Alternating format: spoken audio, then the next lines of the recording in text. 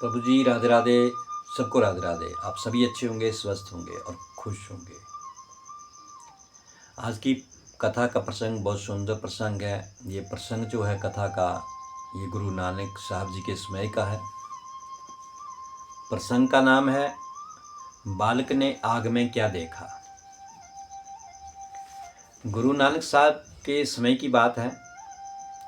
उसमें जो संगत हुआ करती थी तो वो हर रोज़ सुबह सवेरे जल्दी जा कर के अपने नित्य कार्य से निर्वृत्त होकर के गुरु सत्संग घर में जाया करती थी और वहाँ बैठ कर के वो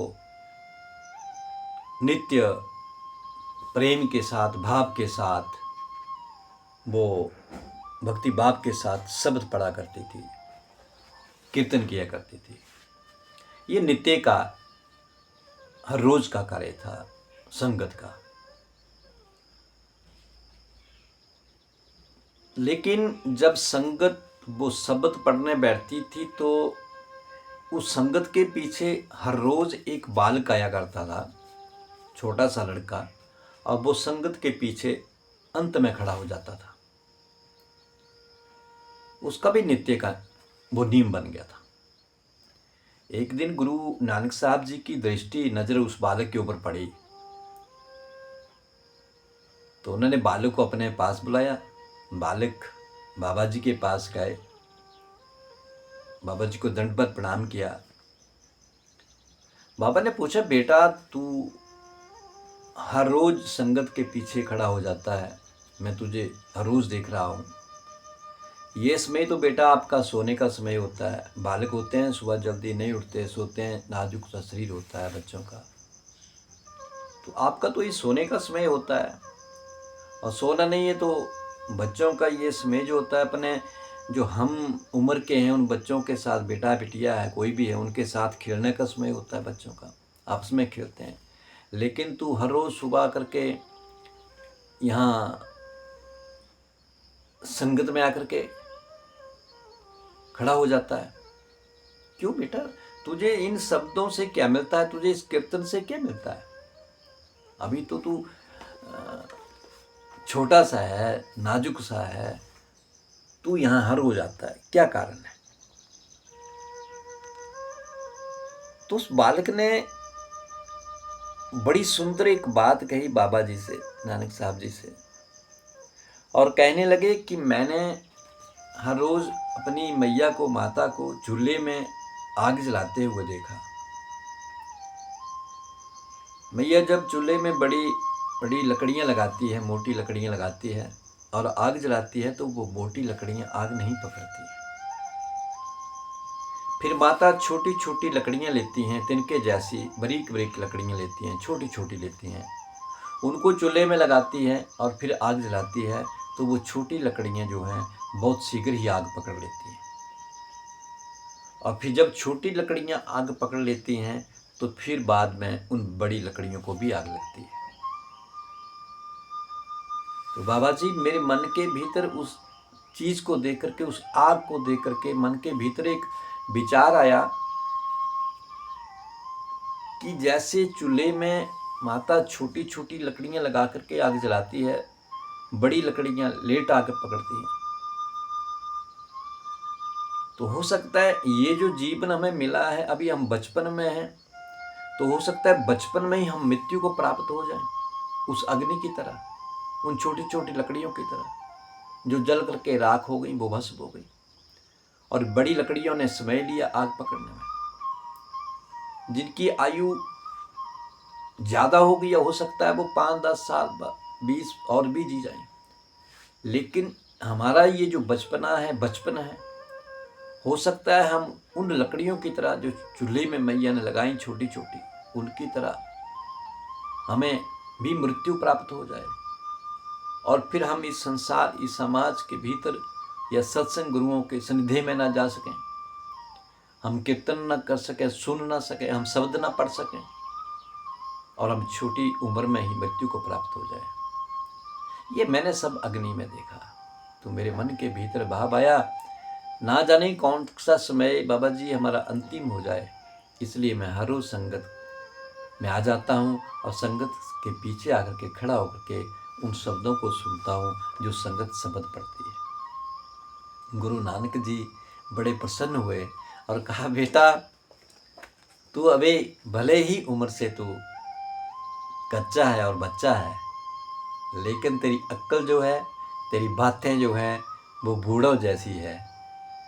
तो गुरु नानक साहब जी ने उसको बालक को अपने हृदय से लगाया और उस बालक का नाम रखा भाई बुड्ढा।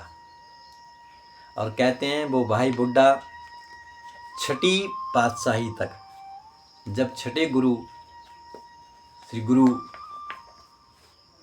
गोविंद सिंह जी, हरगोबिंद सिंह जी राजगद्दी के ऊपर बैठे थे, तो उस समय तक वो छठी पातशाही तक वो जीवित रहे।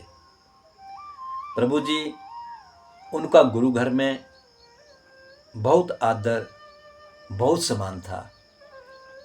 और यहाँ तक लिखा है ग्रंथों में कि गुरु अंगद साहब जी, गुरु अमरदास जी,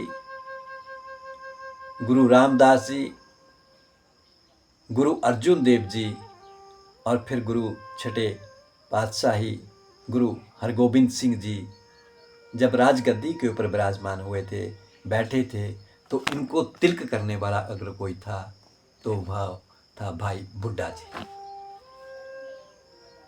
उन्होंने इन गुरुओं को तिलक लगाया और राजगद्दी के ऊपर सम्मान के साथ बैठाया। ये वही बालक था जिस नन्हे से बालक ने उस माता के द्वारा जलाई हुई चूल्हे में लगाई हुई वो लकड़ियों को देख करके, उस आग को देख करके मन के भीतर ये विचार आ गया कि ये जिस्म जो है, ये देह जो है, ये कभी भी जल सकता है, जरूरी नहीं है ये पूरी भर उम्र लगा करके जाए फिर देह को त्यागे, छोटी आयु में भी मृत्यु को प्राप्त हो सकते हैं। तो प्रभु जी इस कथा का मेरा कहने का तात्पर्य ये है कि हमें अपने छोटे बच्चों को, बेटे हो चाहे बेटिया हो, उनको अच्छे संस्कार देने की कोशिश करनी है। उस बालक की तरह उसके भीतर ना जाने वो गुरु ने ही वो भाव भरा होगा, उस अग्नि को देख करके उस बच्चे के भीतर विचार आया होगा। लेकिन हमें अपने बच्चों को अच्छे संस्कार देने हैं, उनको सत्संग में लेके जाना है, गुरु के सानिध्य में लेके जाना है, गुरुओं के प्रति दंडवत प्रणाम, गुरुओं का आदर सत्कार करना सिखाना है, बड़ों का आदर सत्कार करना सिखाना है, प्रेम सिखाना है, जिससे हमारे बच्चे, हमारी बेटियां, हमारे बेटे गलत राह के ऊपर ना जाएं। और गलत राह के ऊपर जाने से पहले वो 10 बार सोचें, 100 बार सोचें। अगर उनके भीतर अच्छे संस्कार होंगे तो अवश्य ही वो गलत रास्ते के ऊपर कभी नहीं जाएंगे।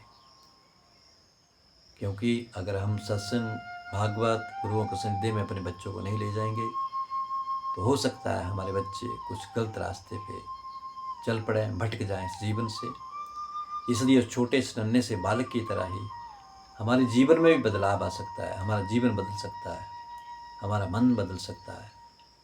और हम गुरु के सानिध्य में जा कर के उस बालक की तरह, जिसका नाम गुरु नानक साहब जी ने भाई बुड्ढा रखा, आज भी उस बालक का नाम भाई बुड्ढा के नाम से जाना जाता है। और हम आज भी उसका स्मरण करते हैं, जिसका प्रसंग मैंने आपको ये कथा का सुनाया।